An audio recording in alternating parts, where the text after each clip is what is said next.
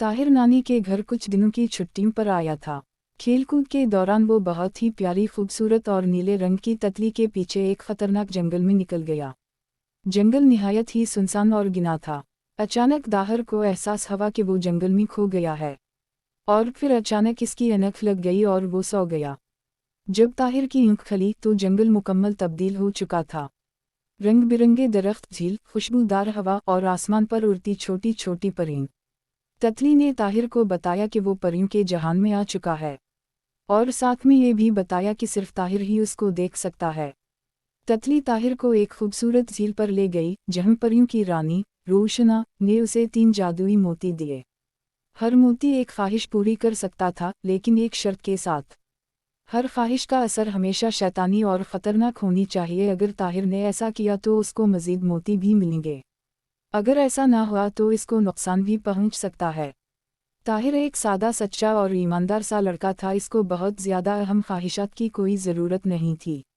उसकी पहली ख्वाहिश थी कि वो फ़ौरा अपने घर पहुंचे। वो एक लम्हे में नानी के सहन में आ गया, लेकिन अब उसके दिल में रोज़ वही जंगल, वही तितली और वही झील गूंजती थी। वो सोच रहा था कि बाकी ख्वाहिशात क्या करे। अगली रात उसे ख्वाब में एक निहायत ही खूबसूरत फरिश्ता सिफत बुजुर्ग नजर आए। इन्होंने ताहिर से बोला, ताहिर, तूने जो कुछ देखा वो सिर्फ नज़र का धोखा है। वो दुनिया तुमसे कुछ छुपा रही है। तुमने एक दिल, सच्चे और एक ईमानदार लड़के हो, इसलिए कोशिश करो कि तुमसे कुछ बुरा सरजद ना हो जाए।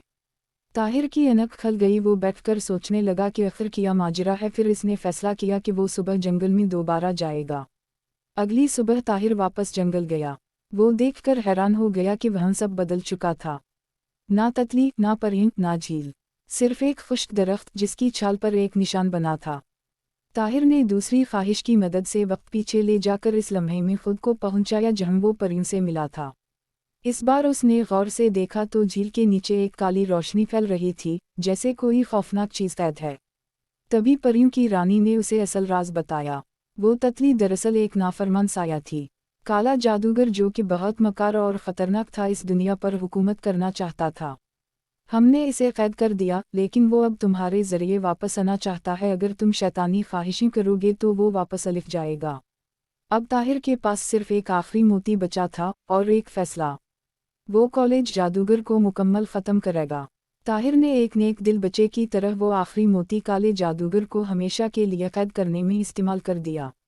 और जैसे ही उसने ऐसा किया, रोशना ने उसे परियों के ख़ास मुहाफ़िज़ का दर्जा दे दिया।